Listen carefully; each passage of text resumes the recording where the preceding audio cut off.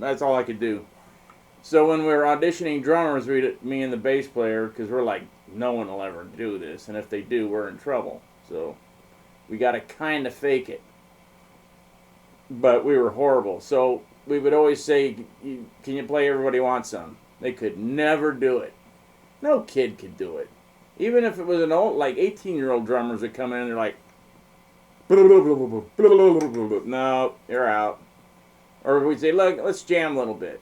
And we'd do like the stuff off 2112, Temples of, the cool heavy part when they get through with the bull crap. There's that and what's the other one about smoking weed? You know what I'm talking about. We knew those songs, so we'd play those. And we knew like Journey. We knew Lovin', Touchin', Squeezin', but we tried to play it heavy. And there was no vocals. I mean, the bass player could sing, but if he started singing, it gated out really quick because it's Journey. And I was playing through like a pig nose that had a 412 cabinet with, I think it was a trainer cabinet, or I think it was a trainer. Try looking those up. So I had a 412 trainer with a 3060 pig nose, which is nothing, no power really, but it's enough. And I had, my trusty Randy Rhoads Distortion Plus. So I had a lot of squealing going on, and I had my Iceman. 78 Iceman, which I just destroyed.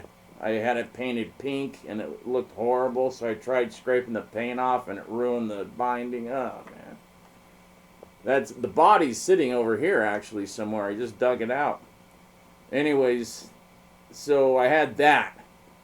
And so it was, I had my toggle to just kill the squealing, or I could step on the friggin' Distortion Plus, because that's what was doing all. That's why Randy was squealing like a pig, is it was that Distortion Plus, and he didn't need it because his amps were modded, and he was running a Variac. He would have sounded really monstrous. And he did play without a Distortion Plus like one show. I don't know if it was the Long Beach show or the Sports Arena. I don't know. The one where his board went out. No, I'm sure he would have ran out and got that. Because he sounded like Randy. It sounded amazing. It sounded like he was playing for his life. Because he was tripping out. He didn't want to go on. He actually wanted to cancel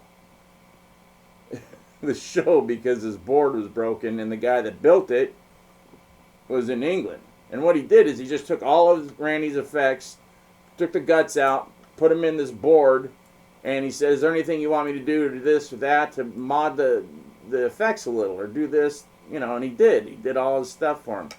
He made it so if he stepped on a button, there was one wah that was all the way down, so it would go, wait! He always did that. It was like his effect to like wake everybody up. He does it like on that stupid midnight video thing, whatever that's called. But yeah. So we'd always do that, and no drummer could do it, and then one drummer actually could play it, and we're like, holy crap, now what do we do? So I just started making noises, and then I said, okay, go into the song, and then we just burnt. That's what I want to play.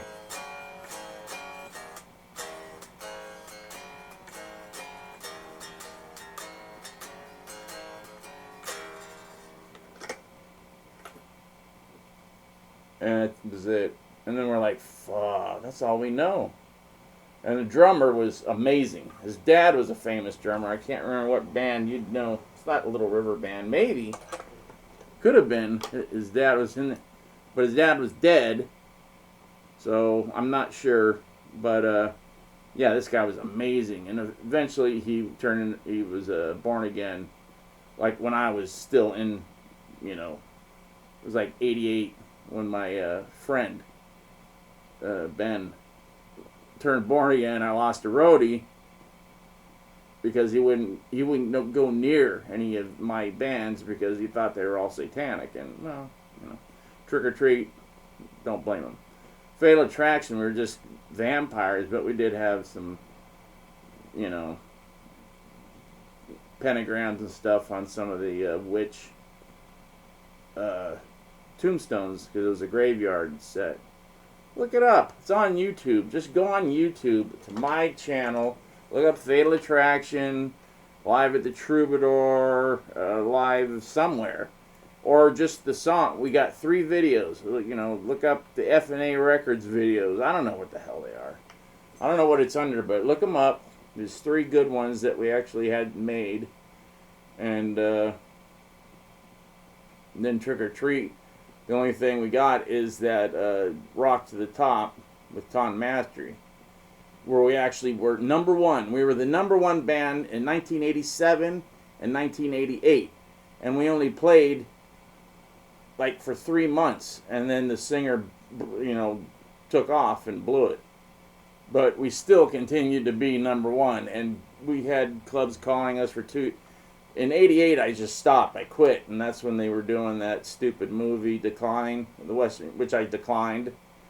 But my bass player was in. So Tony Rydell, he's the guy that's talking about. He's got, you know, he looks like he should be in Motley Crue until he starts talking. Then he's kind of got a funny little talk. But he's talking about putting his makeup on and candlelight on the way to Hollywood to see Motley Crue or whoever. That's my bass player, buddy, friend, brother, dude.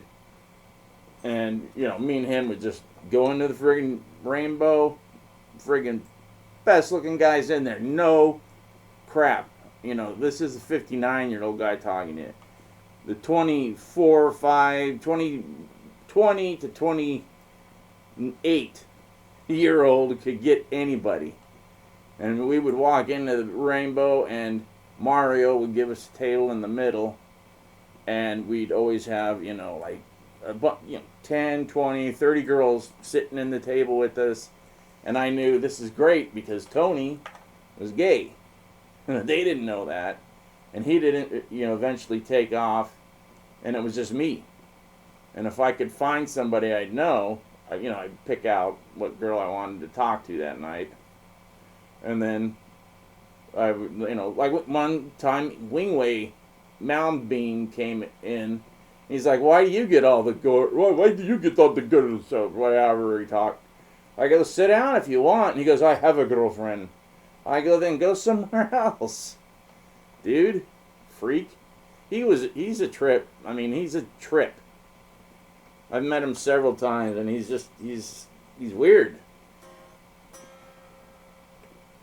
But yeah, that's that. That's your stories for today. Not much.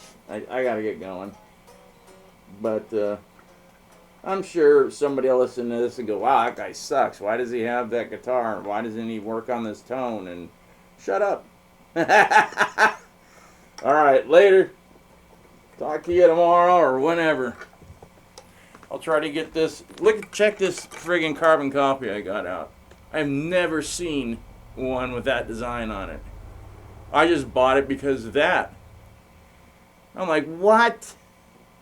I go, what does this mean? He goes, I don't know, never seen it before. We ordered them and this was in the box. I'm like, well, what the hell? So we'll see what happens. I mean, everything is copied, you know, on one side and the other, everything is the same. Maybe that's what it means. I don't know. As long as it works. I haven't even tried it, so. Later, and I can't do a noise. Oh yeah, I can. Let's try this. Hey, turn this crapping thing on.